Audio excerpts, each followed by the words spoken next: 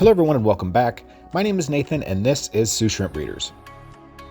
I do like snails in a lot of my tanks, and this is one of those videos where you're going to see a tank that has just way too many snails.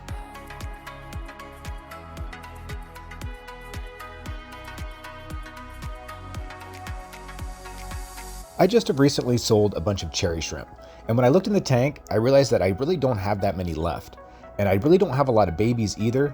So I'm going to try to figure out what's wrong with it, and I'm going to get that fixed in this video. What I noticed right away is that there's way too many dead snails, too many decaying snail shells, and I'm pretty sure that that leaves a lot of unwanted nutrients into the water, and that causes shrimp problems. So I'm going to get all of those snail shells, or a lot of them, removed today. Another thing that I noticed was that this tank doesn't have a lot of plants like my other tanks. So I'm going to grab some from another tank and put them in here, and hopefully that will help balance the tank out.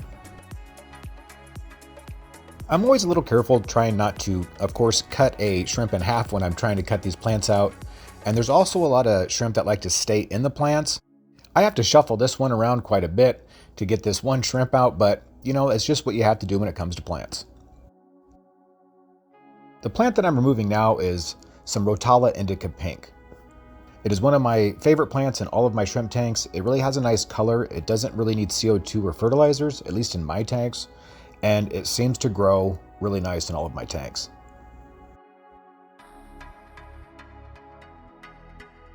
If you like seeing shrimp and everything shrimp related, be sure to hit that subscribe button and that like button.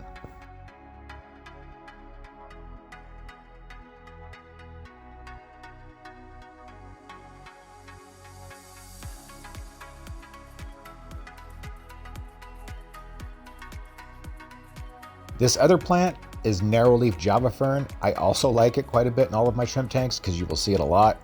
It's because it has a lot of surface area for my shrimp to graze on, and it also has a lot of roots, and which also causes a lot of good places for those baby shrimp to hide when they're very, very small.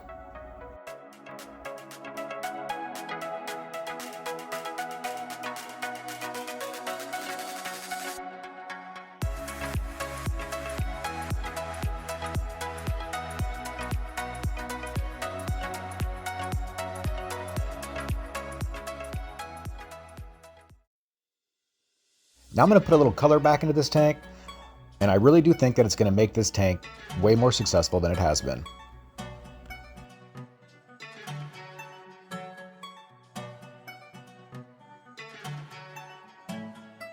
Removing some of these snails can be a pain. Sometimes you just got to get your hands in there and get them out one by one.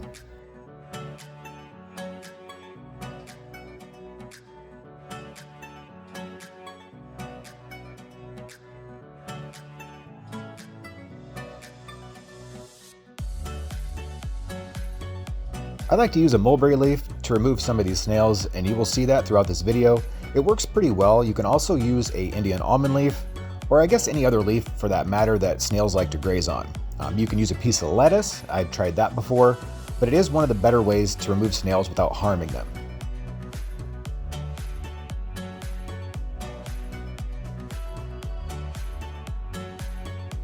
All of these snails are getting, I guess, rinsed off in another tank that needs snails. Now this one, like I said before, has way too many. So I'm going to keep doing this process throughout this video. I don't want people to get confused with the soils that I use in my tanks. This one is fluval stratum, which is an active substrate and usually will bring my pH down, which is not intended for neocardinas. This substrate is about 10 years old, so it doesn't have the ability to buffer the pH down anymore, so it just works as a regular substrate. I really think what happened to this tank was the ram's horn snails outcompeted with the Malaysian trumpet snails, and so a lot of my Malaysian trumpet snails have died, and that's caused a imbalance in the tank. And so I'm going to get that fixed, remove some of these ram's horn snails, and I guess get the tank back to balanced.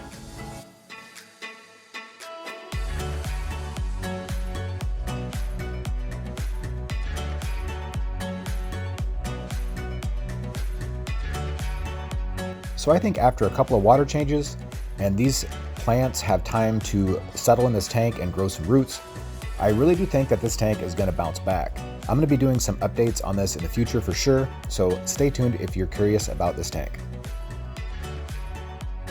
So I think that's going to be it for this video. I really do hope you enjoyed it, and remember to hit that subscribe button and that like button. I hope everyone has a wonderful day, and cheers.